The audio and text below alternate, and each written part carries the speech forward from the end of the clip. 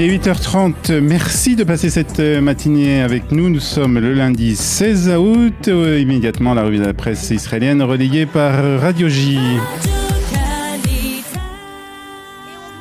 Olivier Granilik à Jérusalem, et c'est les incendies qui se sont déclarés hier après-midi aux alentours de Jérusalem qui sont à la une des médias israéliens aujourd'hui. Avec un titre tout à fait explicatif pour le Yedioth Ahronot, Makat Esh, un coup de feu.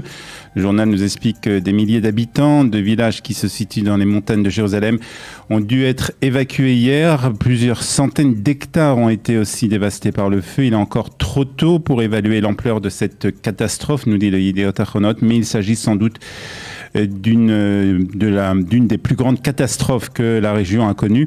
L'Israël Hayom ajoute que la plupart des habitants des villages environnants ont été donc évacués, ainsi que l'hôpital pour handicapés mentaux, l'hôpital Etanim, qui a dû être aussi évacué. Fort heureusement, nous dit le Yedioth Ahronot, il n'y a eu aucune victime suite à ces incendies, mais c'est un miracle, témoigne un pompier dans le quotidien de ce matin.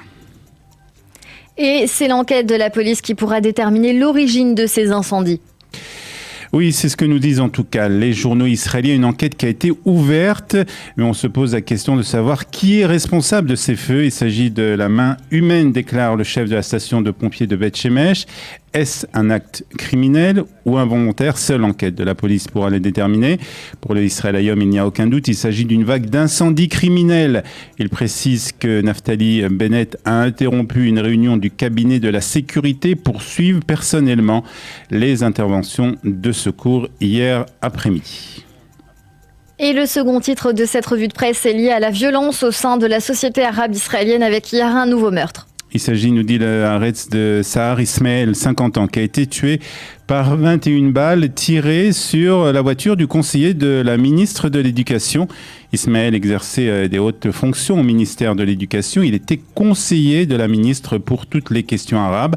Comment vais-je raconter à mes enfants que leur père ne reviendra jamais, se demande ce matin la femme de Sahar. Dans les colonnes du Israël Hayom, le journal nous explique que la violence continue de régner dans le milieu arabe israélien. Gimel Abba, qui est spécialiste de la question, explique que les Arabes israéliens voudraient mettre fin à cette violence, mais ont peur d'être les prochains sur la liste. Le Maariv ajoute que près de 70 Arabes israéliens ont déjà été assassinés depuis le début de l'année 2021. Plus de 90% des fusillades en Israël l'année dernière ont eu lieu dans des localités arabes, bien que les Arabes israéliens ne représentent qu'un cinquième de la population du pays. Et les chiffres du corona continuent d'augmenter, mais au ministre de la Santé, on fait preuve d'un léger optimisme. Oui, le Yedioth Ahronot nous dit ce matin que la barre des 500 malades graves a été dépassée hier en Israël. Plus de 5000 contaminations par jour, des chiffres qui restent donc très inquiétants, comme nous dit Itamar Kenaer dans le Yedioth Ahronot. Le directeur général du ministère de la Santé reste quand même quelque peu optimiste ce matin. Je suis les chiffres du corona avec beaucoup d'inquiétude, mais il faut espérer que les effets de la 3e vaccination seront encore prochainement visibles.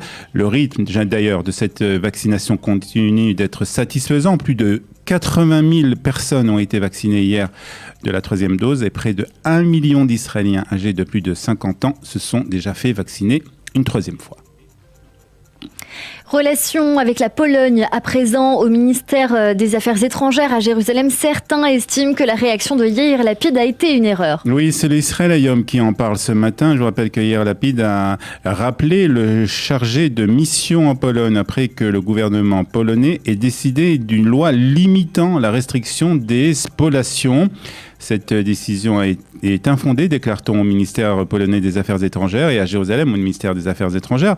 On a du mal à comprendre la réaction de Yair Lapid. Certains fonctionnaires du ministère expliquent que de nombreux pays ont déjà la même politique et qu'ils agissent plus discrètement. La réaction de Yair Lapid coûtera cher à Israël, déclare un responsable du ministère des Affaires étrangères dans le Israël Hayom. Il me semble aussi que c'est Benyamin Netanyahou qui est du même avis que le ministère. Un mot d'économie avec une nouvelle augmentation du prix des appartements en Israël avec vous, Olivier. En effet, le marché de l'immobilier a augmenté de 0,6% au mois de mai et juin donc de cette année, entraînant une hausse de 7,7% par rapport à la même période de l'année dernière. C'est ce qu'a annoncé hier le Bureau central des statistiques, une information qui est reprise ce matin par l'ensemble des journaux israéliens. Selon cette source, l'indice des prix à la consommation était également en hausse de 0,4% au mois de juillet 2021. Depuis le début de l'année, l'indice des prix à la consommation a lui augmenté de 2%.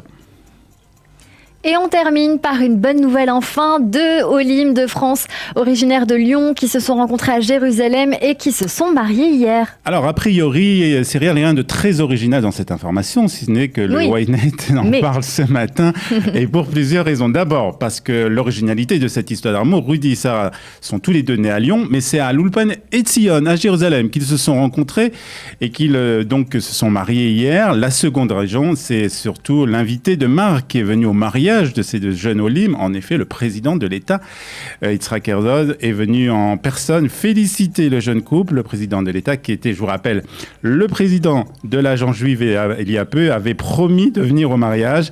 Il a donc tenu sa promesse et ce matin, le Ynet publie une photo de Sarah et de Rudy avec le président de l'État, Yitzhak Herzog, et nous souhaitons bien entendu un grand Mazal Tov à ces deux anciens Lyonnais.